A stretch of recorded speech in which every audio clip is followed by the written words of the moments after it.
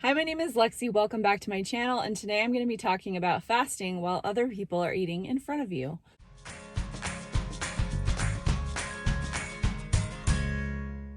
Okay, so it's going to happen eventually, probably sooner rather than later, and that is that someone's going to be eating in front of you while you want to continue your fast. Now, I'm not talking specifically in this video about like the routine times where you expect people to be eating in front of you, or just sort of the everyday occurrences. Like, I am a mom, I am a stay-at-home mom, I also homeschool, so I'm around my kids eating all the time, and that was something that I had to get over like really fast, because that, on day one I had to be around kids that were eating. So that was a little bit of a hurdle, but at the same time, I feel like that's a little bit easier because you anticipate it. It becomes routine. And this would be the same thing as like being in the office at work and people are eating their lunch around you and you smell the food and that sort of thing. That's pretty typical. That's going to happen on a normal fasting day. But I'm talking more about like maybe things that sort of pop up that you're not anticipating, or even things that you do know are going to happen that are like social situations where you don't want to break your fast. And as you guys know, I'm a huge advocate of being flexible and working your schedule around social events that you would like to eat at and not be fasting. I think that's really important. But I also think it's really important to know that if you're in a situation where people are eating and you really want to keep fasting, that you can be empowered to do that and that you are able to do that. And so I just wanted to kind of run through some scenarios and talk about how I think through them and handle them and whatnot. So the first situation, and these are all things that happened fairly recently. So my husband and I have been watching the Marvel movies with our oldest son. We've been like going through all of the movies on weekends and watching those with our oldest son. And my husband is a huge snacker at night. And so yes, I am used to that. But this was a little bit of a different situation because, it's special to sit and watch a movie with our son, and he, every single time that we have watched one, he will pop a bag of popcorn. And we watch these movies on Friday and Saturday nights. So on Friday nights, I'm typically in the middle of a long fast because I'm fasting from Thursday evening to Saturday morning. So I'll be around, I don't know, like 27 hours fasted at that point. And I definitely do not want to break my fast to have popcorn. Now, if it was a Saturday night, I could eat because that would be the continuation of my Saturday eat day. But typically, I've found I just don't like eating late anymore. I used to in the beginning of my fasting journey. I used to have a super, super long window every Saturday because I enjoyed having a bowl of ice cream with my husband on Saturday nights. But I kind of moved away from that just because I found that I didn't feel very good doing that. And so I do it occasionally and I leave myself the option, but I usually choose not to. So again, I want to point out that I could have made the choice in either of these instances to go ahead and have the popcorn, but it was a choice not to do so. So anyway, I'm just sitting there and my husband and my son are eating the popcorn, enjoying themselves. And you know what? It's totally fine. Like, I'm just sitting there enjoying the movie and I'm aware that it smells good and that at some point I may choose to have it.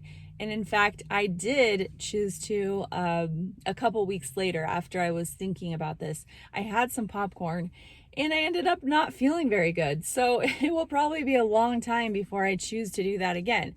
And again, it's all my choice and it's based on how I feel and what I want to do in that moment. But neither of them pressured me to eat any. I just said no thanks, and they continued on. They enjoyed their popcorn. They got more because I didn't want any. And we were all happy with our situation and it was fine. Okay, the second scenario, this was at church a few weeks back, and we were having a lesson and they started passing around a bowl of chocolate. And so people were just grabbing a couple pieces and snacking on them during the lesson. And I was actually going to break my fast when I got home from church. So I was probably, I don't know, like 18 hours, 16, 18, something. I have no idea. But I was going to break my fast about an hour later when I got home. And I did not want to break my fast with a piece of chocolate. Like, I could have, and I would have survived, but I've had experiences where if I break my fast with something high sugar like that, it really sets me up for just so many cravings and feeling really crappy. So I did not want to eat chocolate at that moment in time. So I grabbed a couple pieces, put it in my pocket, passed the basket along. Nobody said anything to me at all. Like, I could smell it. I could see people eating it.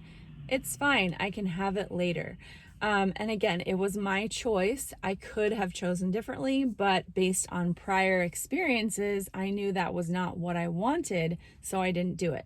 All right, so then this last scenario that I'm going to run through is I was invited to play a game called Bunko. Let me know if you've ever played it before, with a bunch of ladies, and they traditionally have dessert at this game night.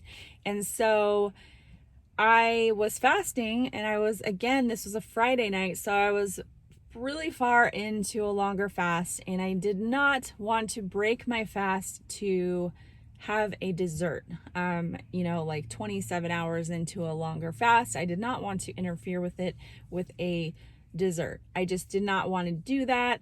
It would make me feel bad. It would throw off just all kinds of things, and I did not want to do that.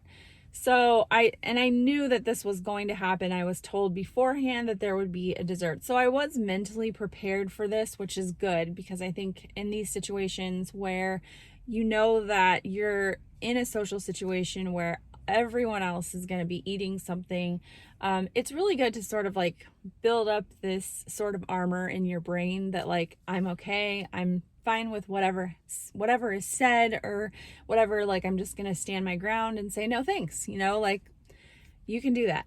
So the dessert was passed around, a plate was offered to me, and I just said, oh, no thanks, I'm gonna pass. And they're like, oh, okay. And I sat there and I chatted with the ladies while they were eating, and nobody said anything to me.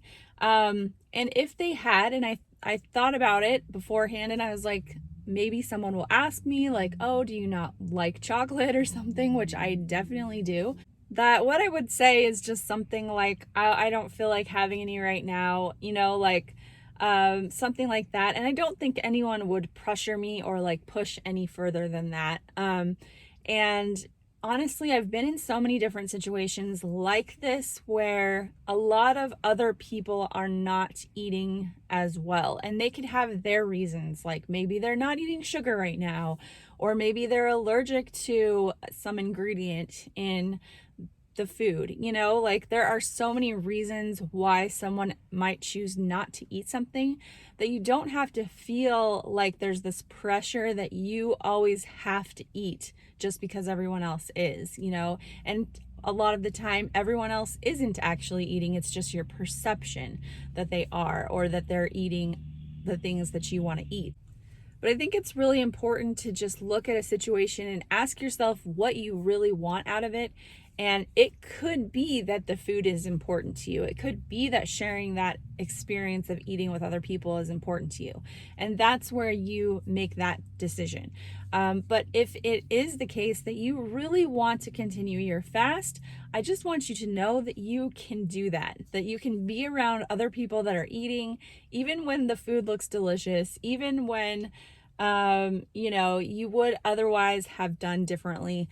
And the other thing is you can ask, and I think that in most situations this is going to be totally fine. But you can say, I don't feel like eating right now, but can I take some of that home with me? It looks delicious. And then you can plate yourself up some of it, whether it's food or dessert. And usually people are going to be like, yeah, sure, let me get you a plate, let me, wrap this up for you or whatever. And that is going to be just fine. And then you can look forward to having it later. You don't have to miss out on anything.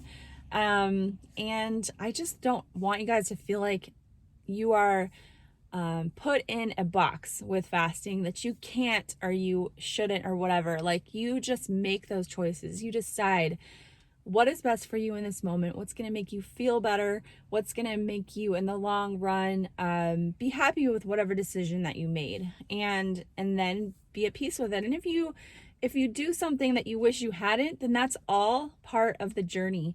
Like if you went ahead and broke a long fast with a piece of cake because you felt pressured, ask yourself, how did that feel? Like, do I want to do that again, or am I going to prepare differently for the next scenario like that? Because I promise you that these things are going to happen, and being mentally prepared is going to help you to just feel more at peace with and be more confident in your decisions in these situations. And I also just want to say that there are certain situations that I personally wouldn't put myself in. I wouldn't go like out to a sit down restaurant where we were ordering food off of a menu and be fasting. I don't think, unless it was a special circumstance to where I decided to do that. But like, I don't think that I would put myself in that particular situation. And you might, if that's something that happens to you on a regular basis and you don't want to change your fasting schedule, then you may be in that situation. I think in that case, you'd probably want to maybe share with the people you're with what you're doing, and sort of, tell them why you're choosing that. You might. But in the end, I think the important thing is just to own your decision, to be confident, and to not worry so much about what other people are going to think about it. I hope that helps you. I hope it helps you to sort of navigate some of these different situations, and just know that you can do it and it'll be okay. So I will talk to you guys next week, and thanks for watching. Bye-bye.